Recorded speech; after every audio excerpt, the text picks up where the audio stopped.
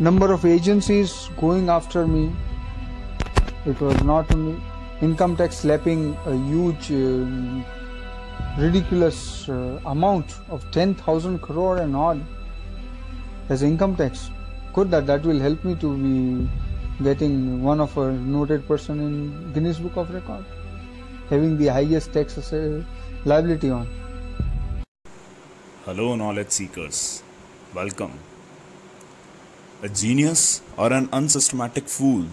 Who was Harshad Mehta? This video is all about how a man touched sudden heights and got trapped in an indecent fall. Harshad Mehta, the man who was known for his sharp and prompt decisions in the Indian stock market, but it all collapsed when his biggest strength became toxic and he made few poor decisions. Harshad Shantilal Mehta, born on 29 July 1954 in a Gujarati Jain family. Mehta started his career as a salesperson in the Bombay office of New India Assurance Company Limited. During this time, he got interested in the stock market and after a few days resigned and joined a brokerage firm. Mehta became a member of Bombay Stock Exchange as a broker in 1984 and established his own firm called Growmore Research and Asset Management. By the early 90s, a sudden boom turned out and a number of people started to invest in his firm and utilize his services. They started trading in bulk in the shares of Associated Cement Company known as ACC, the price of which eventually rose from rupees 200 to nearly around 9,000 due to a massive bulk buying from a set of brokers including Mehta. Only one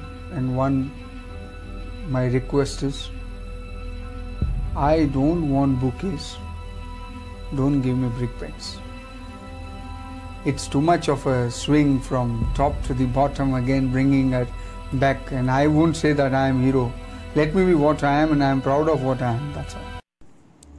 In April 1992, journalist Sucheta Dalal exposed Mehta's illegal intentions in a column in the Times of India. Mehta was trying to use the banking and securities market loopholes for his greedy intentions. He searched for banks which could issue fake bank receipts or bank receipts not backed by any government securities. Two small and little known banks, the Bank of Karar and the Metropolitan Cooperative Bank, came in handy for this purpose. The question then arises in our minds is that when everything was so streamlined and proper, then how did he get exposed? Here is how it all happened, and let's understand it through a presentation. There were few banks.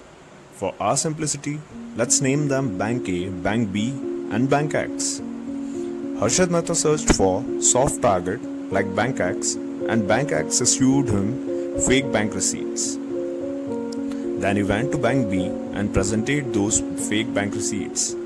In return, Bank B sold government bonds to him. Later on, Harshad Mehta went to Bank A and issued those bonds taken from Bank B.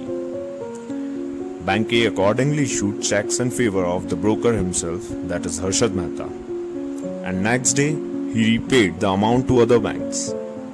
He continuously repeated the process several times and utilized the excess funds towards buying of stocks on share market. Eventually, the bubble boomed up and blasted. And this was how the big bull got exposed. I hope you all liked this video. For more such real life incidents, do like the video and subscribe to our channel and do comment your suggestions and thoughts. Thank you so much. See you next time.